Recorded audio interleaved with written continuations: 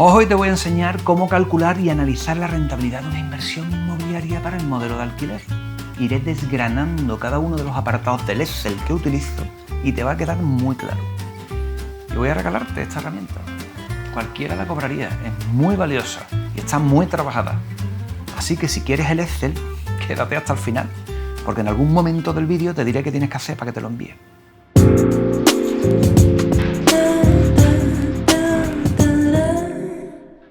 El Excel que vamos a trabajar es básicamente el mismo archivo que uso siempre, pero un poquito tuneado.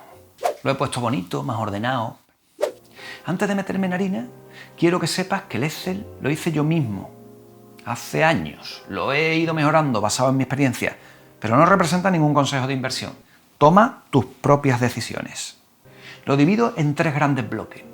La compra del inmueble con sus gastos, en amarillo, la hipoteca, en naranjita, y los gastos recurrentes e indicadores finales de rentabilidad, en azul. Las celdas donde tenemos que meter los datos son de color verde. El resto se calcula solo y todo está vinculado. Comenzamos metiendo el precio de compra. Imaginemos un piso que compramos en 80.000 euros, ¿vale?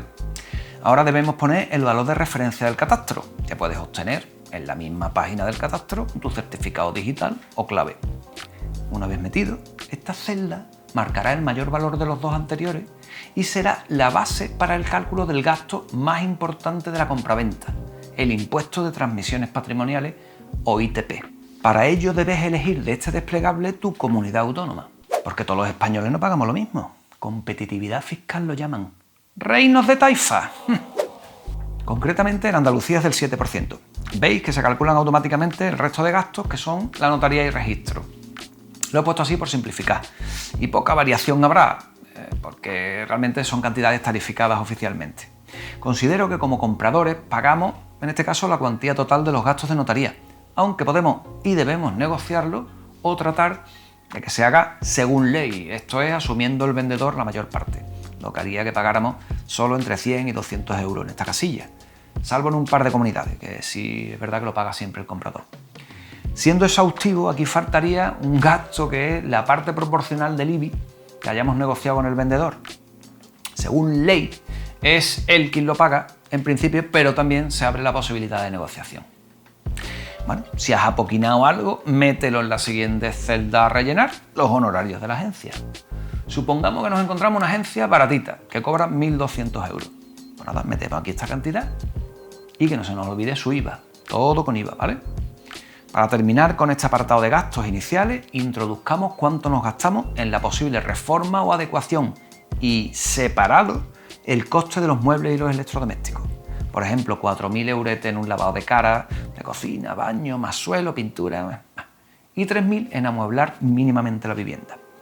Los separo porque tienen distinto tratamiento fiscal.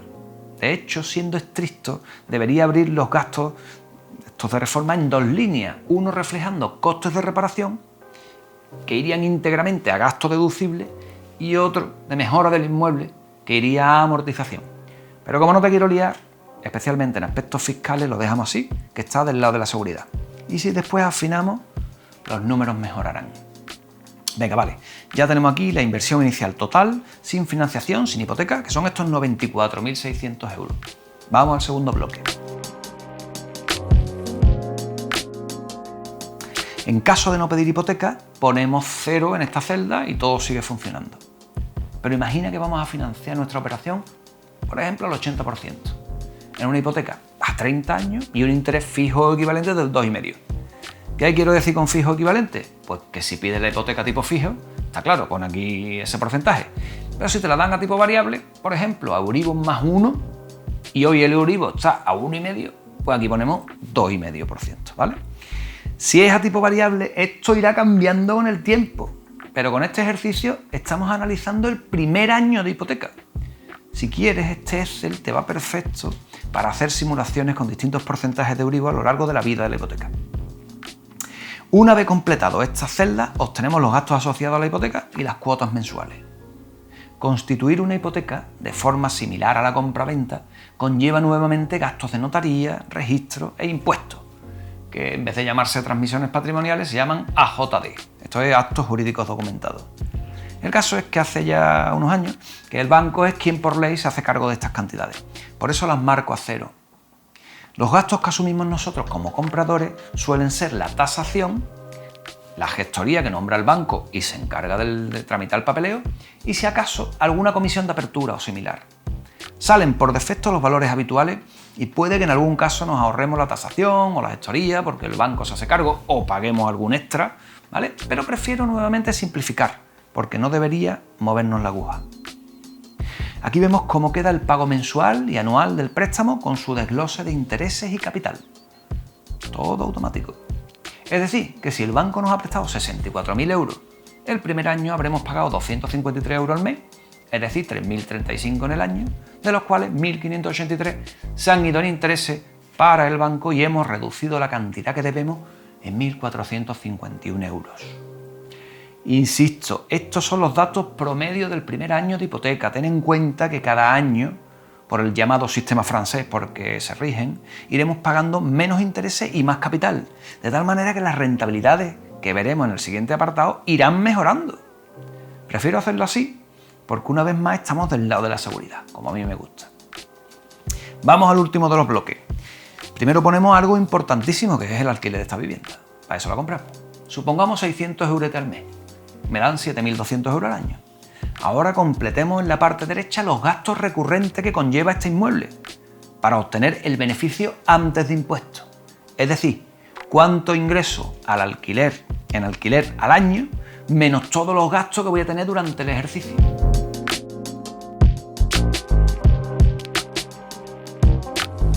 Venga, la comunidad, vamos a suponer, 40 euros. El IBI y las basuras, al año, supongamos 350.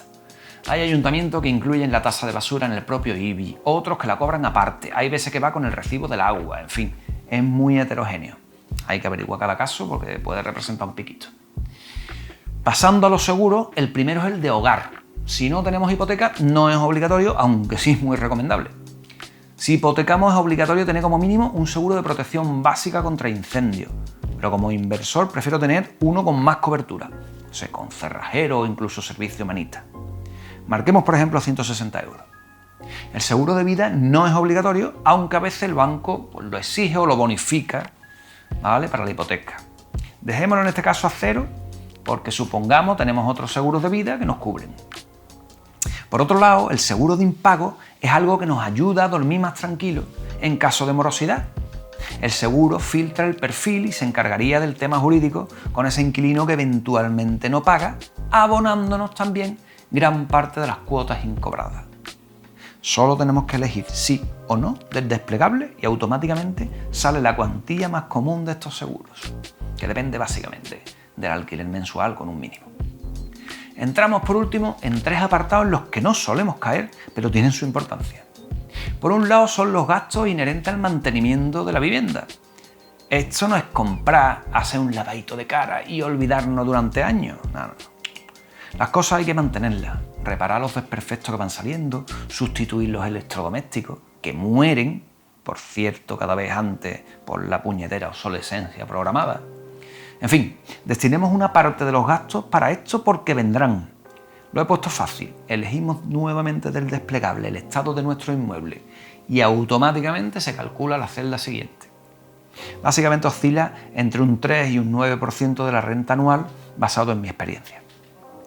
Por otro lado, la vivienda no estará siempre ocupada. Dependiendo del modelo de alquiler y perfil de inquilino, habrá más o menos rotación. Será importante nuestra selección de inquilinos, pero no nos engañemos al solitario. Siempre habrá algún periodo desocupado.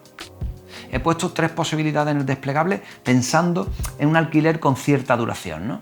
Si hablamos de alquiler vacacional o temporadas más cortas, será mejor cuestión de jugar con la celda de 30, estimando cuánto ingresaremos al mes de media. Por último, metamos en esta celda lo que nos cobre cada mes la empresa que, si acaso, usemos para la gestión del alquiler, porque no queremos lío. No es el caso de este ejemplo porque yo me lo guiso y me lo como, así que cero. Bueno, ¿quieres este pedazo de Excel o no? Quiero premiarte porque estás conmigo desde el principio, así que lo voy a regalar, pero es por un tiempo limitado, hasta alcanzar los 1.500 suscriptores. Solo te voy a pedir tres cositas. Si no estás suscrito, hazlo. Deja un comentario y escríbeme desde tu mail al correo que ves aquí diciendo lo quiero o te quiero. Te aseguro que te va a ayudar un montón en el análisis de tus inversiones. Venga, sigamos. Antes del análisis de los KPIs finales, completemos estas 4 celdas para que el Excel pueda hacer una aproximación muy fina de lo que pagaremos de impuestos, para cualquier comunidad autónoma, ¿eh? En este desplegable exige el tramo donde está situada tu base liquidable general, es decir, tu salario bruto menos los mínimos personales, de hijos, etc. Se puede ver en la última declaración de renta que hayas hecho. Si no lo tienes a mano, pon aquí tu salario bruto anual y ya está, ¿vale? En cuanto al tipo de alquiler, es importante que marques si es de larga duración, es decir, el inmueble representa la vivienda habitual del inquilino, o de temporada, como en el caso de estudiantes, por ejemplo. Acabemos introduciendo los valores catastrales de suelo y construcción, que puedes ver en el recibo del IBI o el propietario accediendo a sus datos fiscales o al propio catastro. Si no lo sabes, déjalo en blanco, que el Excel ya toma valores medios habituales. Me lo he currado. ¿Ya está todo rellenito? Vamos allá con los indicadores de rentabilidad. Recordemos, hemos hecho una inversión total de 95.000 euros, que salen del precio de compra más gastos de compraventa, reformas, muebles y gastos asociados a hipotecas, de los cuales hemos puesto de nuestro bolsillo 31.000 y financiado 64.000. Ingresamos 7.200 euros al año por alquiler y el primer indicador es la rentabilidad bruta, es decir, los ingresos sin contar los gastos de explotación dividido por la inversión total. En otros vídeos he dicho que exijo como mínimo este indicador un 6%. Si el inmueble es de calidad, está medianamente bien situado, relativamente nuevo y me voy acercando al 8%, obviamente o más, conforme disminuye la calidad de dicho inmueble o zona. Sigamos. Si a esos 7.200 euros de ingreso le quitamos los gastos que hemos calculado antes, esos 171 euros que salían al mes, que son 2.046 euros al año, llegamos al beneficio, eso sí, antes de impuestos e intereses de la hipoteca. Es decir, este beneficio, esos 5.154 euros, se pueden separar mentalmente en 4 apartados. Lo que dejamos guardadito para pagar los impuestos en la renta del año siguiente, la cuota hipotecaria que se abre en 2, con una parte pagando un poquito de capital que nos han prestado y otra parte los intereses para el banco, y un sobrante que le llamamos cash flow, flujo de caja, liquidez, money, ding-dong, lo que nos queda en el bolsillo después de pagarlo todo, ¿vale? En la celda siguiente se calculan los impuestos según los datos que hemos metido antes. Por tanto, si a los 5.154 euros de beneficio restamos estos impuestos y los intereses de la hipoteca, que son otro gasto, ¿verdad?, resultan estos 3.383 euros, que son el beneficio final, real, que nos deja la inversión. Insisto, una parte paga capital de la hipoteca cada año y otra se queda como flujo de caja o cash flow. La rentabilidad neta es entonces esta cantidad dividida entre la inversión total. No le prestaré demasiada atención porque prefiero dedicarme al cash flow. Date cuenta que una vez que hemos hecho la inversión y siempre que se mantenga alquilado el inmueble, la deuda hipotecaria se irá pagando sola y nos sobrará ese cash flow cada mes. Es especialmente importante que este cash flow sea positivo no solo al inicio de la explotación, sino en los momentos que pensemos que serán peores, si eventualmente viene otra crisis. ¿Para qué? Para que no tengamos que poner más dinero de nuestro bolsillo si vienen mal dadas. Estoy hablando del margen de seguridad. Si llega un crash, podré seguir alquilando el inmueble, pero probablemente a menor precio. Te dejo como ejercicio que juegues bajando el alquiler mensual hasta encontrar ese límite donde el cash flow baja de 0. Como el resto está vinculado, no es tan evidente. En 3 o 4 iteraciones lo consigues. Acabamos ya con 2 ratios importantes. El primero es lo que se llama Cash on Cash Return. Hay quien lo llama ROCE, pero yo prefiero este nombre porque me parece más gráfico. ¿Cuánto cash, cuántos euros gano al año dividido por el cash? Los euros que tuve que poner de mi bolsillo al principio. Siendo escrupuloso, el cash on cash se calcularía antes de impuestos. Pero yo los meto en la ecuación y cuando comparo con otras inversiones, pues también los cuento en las demás, ¿vale?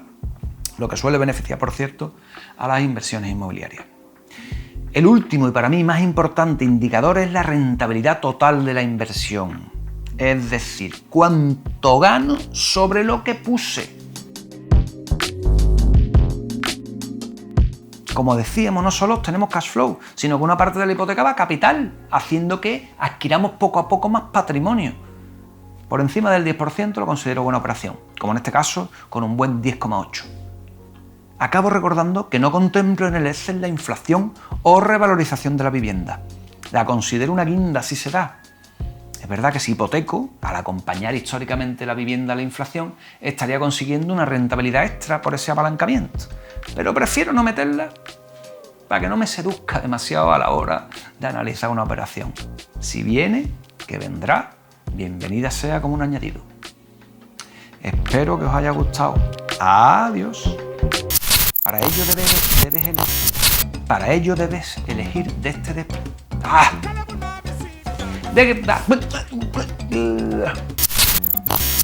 Bueno. ¿Quieres que...? Bueno.